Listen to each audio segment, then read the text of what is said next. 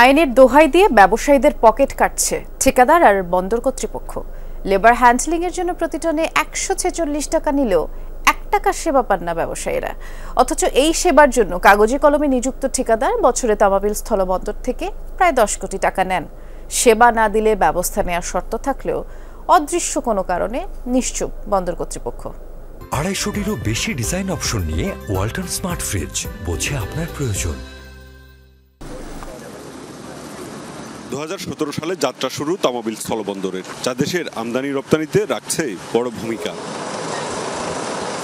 আইন অনুযায়ী পণ্য আমদানিতে অন্যান্য ফি সহ প্রতি টনে লোড আনলোড চার্জ হিসেবে ব্যবসায়ীদের পরিশোধ করতে হয় ১৪৬ টাকা ৩৪ পয়সা। ব্যবসায়ীদের অভিযোগ, গত ৮ বছরে এই সেবা মেলেনি কখনো। হ্যান্ডেলিং এর টাকাটা দিতেছি, কোনো সেবা পাইতেছি না। আর প্রত্যেক বছর ওনারা কি যেন একটা বলে, সরকারে আইনে ৫% করে বাড়ায়। এখন দেখা গেছে ২০ বছর পরে আমরা শুরুতে যে আপনার পুট বিলটা দিছিলাম, ২০ বছর পর সেটা ডবল হয়ে যাবে। যদি আমাদেরকে সেবা না দেওয়া হয় তাহলে আমাদের লেবার হ্যান্ডেলিং এর যে বন্দরের যে চার্জ সেটা নেক, লেবার হ্যান্ডেলিং এর নামে যে চার্জটা আছে সেই চার্জটা যাতে আমাদের উপর থেকে তুলে দেওয়া হয়। অভিযোগ যাচাইয়ে বন্দরে গিয়ে মিলল সত্যতা। পাথর আনলোড এবং লোডে শ্রমিকদের টাকা দিতে হচ্ছে ব্যবসায়ীদের। আনলোডের জন্য যে ইনপুটার ওনার গাড়ি আনলোড করে উনাই টাকা দেয়। এগুলা আমদানিকারক যারা গাড়ির মালিক ওরা দিবে।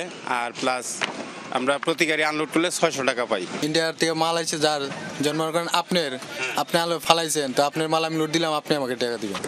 অথচ লোড আনলোডের জন্য রীতিমতো ঠিকাদার নিয়োগ দিয়ে থাকে বন্দর কর্তৃপক্ষ, কিন্তু ঠিকাদার নিয়োজিত প্রতিনিধি নেই বন্দরে।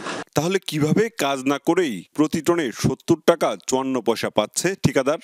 প্রথম সেবা হচ্ছে আমাদের গাড়িগুলো আনলোড করার দায়িত্ব উনার, লেবার যে পেমেন্টটা উনি দিবে, কিন্তু এটা আমরা দিচ্ছি। সেকেন্ড যে হচ্ছে আমরা যখন পোর্ট থেকে মালটা ডেলিভারি দিব কিংবা বাইর করব, তখন যে লোডিং চার্জটা হয় এটা উনি দিবে, কিন্তু এটাও আমাদেরকে দিতে হয়।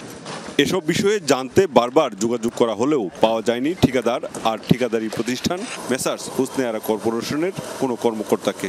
বন্দরের এই অনিয়মে ঠিকাদারকে দোষারোপের বদলে উল্টো তার পক্ষে সাফাই গাইলেন দায়িত্বরত কর্মকর্তা।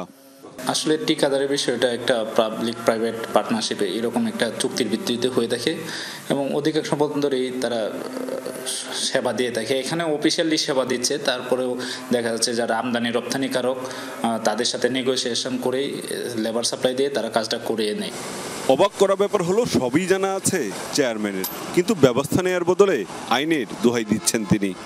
এইগুলা কিছু আইনি সমস্যা আছে, যেমন আপনার লেবার লতে বলা আছে যে স্থলবন্দর গুলাতে এগুলো স্পষ্টভাবে উল্লেখ করা আছে। আমাদের প্রবিধিত যে বিধিমালা আছে সেখানেও বলা আছে। ইচ্ছা করলে সবকিছু আমি শেষ করে দিতে পারবো এমন না, মানে এখানে লিগ্যাল কিছু ব্যারিয়ার আছে। কার্যাদেশের শর্ত মোতাবেক শ্রমিক না থাকলে বন্দর কর্তৃপক্ষ নিজস্ব শ্রমিক নিয়োগ করবে, প্রয়োজনে বাতিল করা হবে চুক্তি। কিন্তু এসব চুক্তির কিছুই মানা হচ্ছে না। সবশেষ অর্থ বছরে ১৫ লাখ মেট্রিক টন আমদানি পণ্যের বিপরীতে ঠিকাদার হাতিয়ে নিয়েছে ১০ কোটি টাকা। মাহবুবুর রহমান রিপন, যমুনা নিউজ, সিলেট।